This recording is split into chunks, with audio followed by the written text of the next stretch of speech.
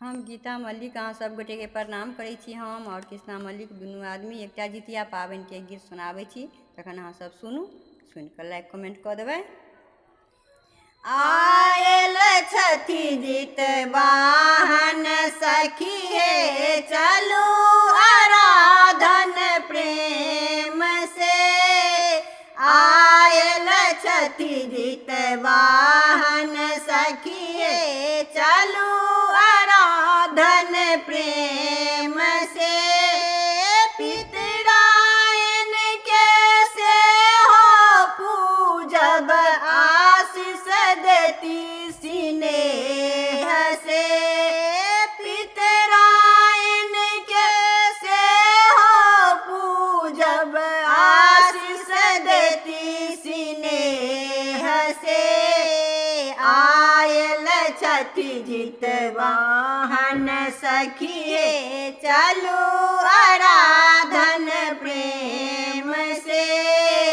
आयल छथि जितवाहन सखी हे, चलू आराधन प्रेम से।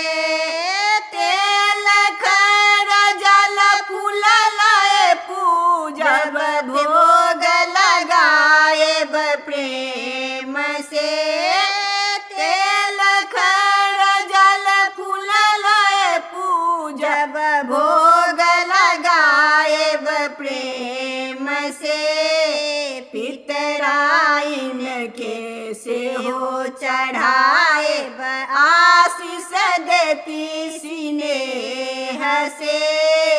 पितराइन के से हो चढ़ाएब, आशीष देती स्नेह से। आयल छथि जितवाहन सखी हे, चलू आराधन प्रेम से। आयल छथि जितवाहन सखी हे, चलू आराधन प्रेम से। आई पितर सब धरती पे आएला, अपन अपन घर द्वार में।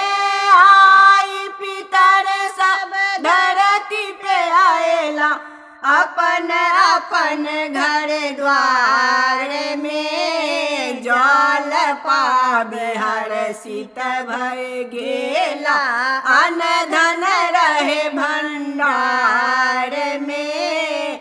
जल पावी हर्षित भय गेला, अन्न धन रहे भंडार में। आयल छथि जितवाहन सखी हे, चलू आराधन प्रेम से।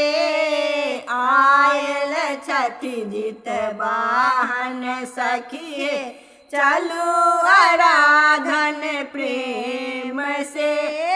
अंगना में गूंजे नव किलकारी, ललना लली रहे प्रेम से।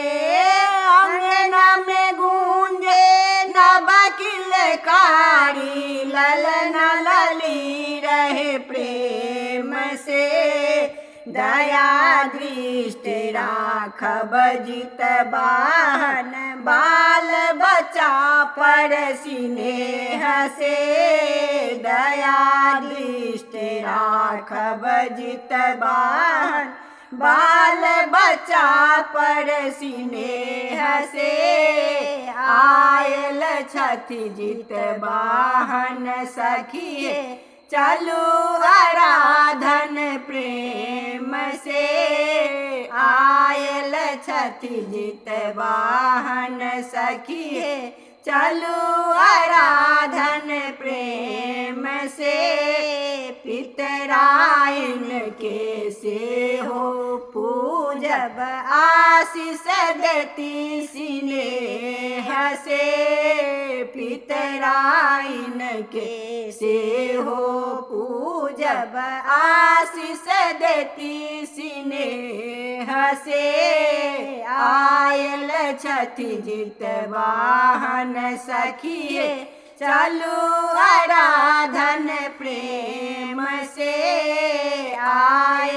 छति जितवाहन सखिए चलू आराधन प्रेम से